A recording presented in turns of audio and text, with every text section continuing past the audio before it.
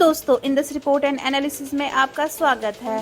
दोस्तों, एक बार फिर से हाजिर हूं मैं लेकर हमारी स्पेशल रिपोर्ट डिफेंस सूट की आज की सीरीज। तो बढ़ते हैं पहले अपडेट की ओर। फॉर्मर आईएएफ चीफ ने कंफर्म किया है कि एमका प्लेन्स में 6th जनरेशन टेक्नोलॉजी को शामिल करने का इरादा है। जी हां दोस्तों, former air chief marshal RKS Bhadauria ने जोर दिया है कि इंडिया को अपने 5th generation advanced medium combat aircraft programme में 6th जनरेशन टेक्नोलॉजीज को इंटीग्रेट करना चाहिए।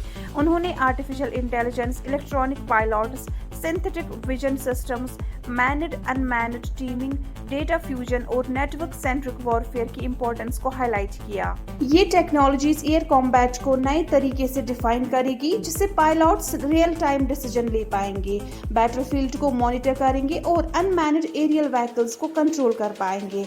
एरोनॉटिकल डेवलपमेंट एजेंसी इन टेक्नोलॉजीज को एमका में इंटीग्रेट करने पर काम कर रही है, जो पायलट्स के कॉग्निटिव लोड को कम करेगी और कॉम्बैट इफेक्टिवनेस को इम्प्रूव करेगी।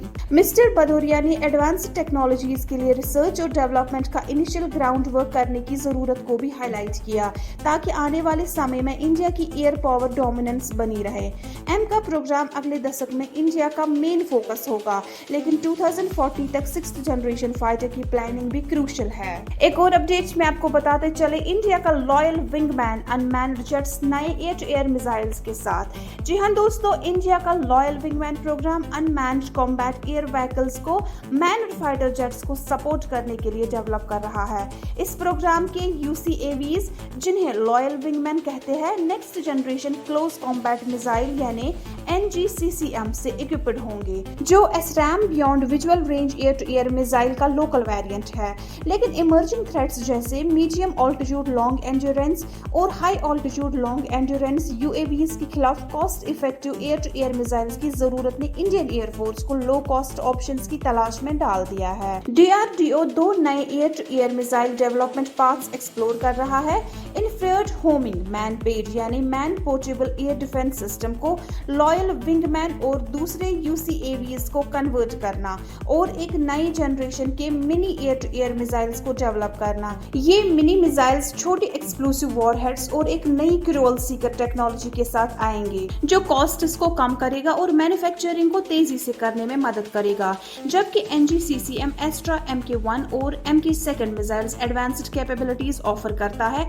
इनका रैपिड प्रोडक्शन फीजिबल नहीं है और हर एरियल थ्रेट के लिए मैन्ड फाइटर जेट की जरूरत नहीं होती। और आपको बता दें, इन मिनी मिसाइल्स का डेवलपमेंट UAVs के ग्रोइंग थ्रेट के खिलाफ एक कॉस्ट इफेक्टिव ऑप्शन प्रोवाइड करता है। बढ़ते हैं एक और इंटरेस्टिंग अपडेट की ओर। एंटी ड्रोन वॉरफेयर के लिए इंडियन आर्मी रोबोट डॉग्स का इस्तेमाल इन्वेस्टिगेट कर रही है। जी हाँ दोस्तों, आपको बताते चले, यूक्रेन वॉर और मिडिल ईस्ट कॉन्फ्लिक्ट से मिली सीख के बाद Indian army weaponised robot dogs का यूज एंटी ड्रोन वॉरफेयर के लिए एक्सप्लोर कर रही है।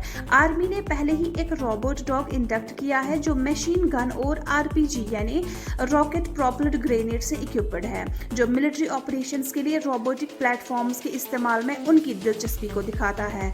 रोबोट डॉग्स चैलेंजिंग ट्रेन और कन्फाइन्ड स्पेसेस में काम करने के लिए आइडियल है, जिससे उन्हें बेहतर वेंटेज पॉइंट्स मिलते हैं और उनका फील्ड ऑफ फायर एक्सपैंड होता है।